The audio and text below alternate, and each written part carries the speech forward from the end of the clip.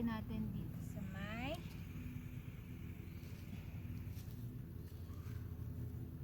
paso.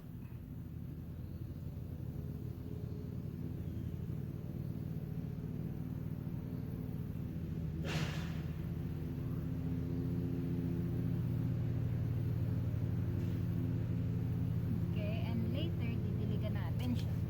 So medyo mainit kasi si Angko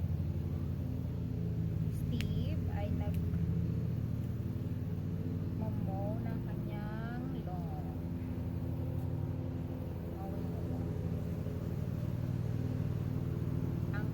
Uncle ni Robert.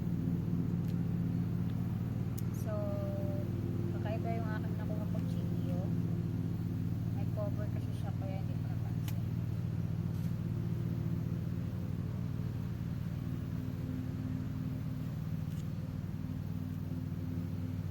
There you go. Sorry, excuse me. So let's get this out of the shell and put it here.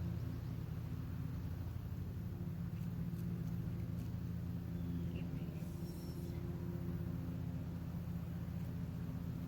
May bat excuse me.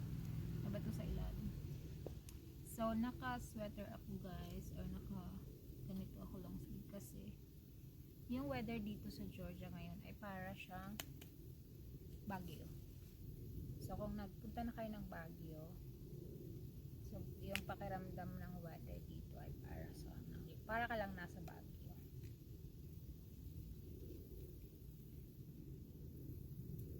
Or Tagaytay. Pero mas malamig sa Baguio. So 60 Fahrenheit. Ay naku. Tigas mo tanggalin. There you go. So, malapit na yung winter time dito guys. Kaya naman malamig na. So springtime ngayon, and by November mag-start na siya ng maglamig. Then minsan may frost. I don't know kung magkaka-snow dito sa Georgia ngayong taon. So yan na siya guys. Ito na yung aking sayote. So didiligan lang natin siya and ilalagay natin dito sa aking my mini nursery. I'll show you my mini nursery. Medyo makalat yan. So yan ang aking mga tomatoes and peppers. Cherry tomatoes yan lahat. Ang seedlings, yung seeds ay galing kay Brandy. So ito ay calamansi and lemon. May flowers. This is sili labuyo and sili pansigang, and ito naman ay mga peaches.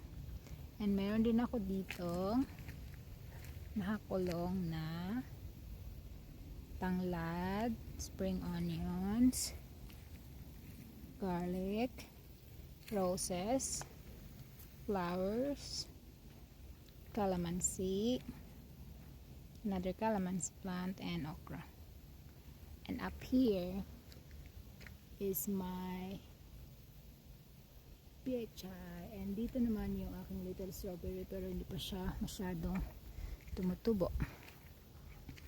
So ito yung aking mini garden. Naman itong wood na to or gagamitin namin para sa greenhouse. So dumating yung greenhouse kahapon and isi-set up namin siya mamaya. And that's my other garden. Over there is the old trailer. May mumo dyan, joke lang. And doon naman is yung old big garden.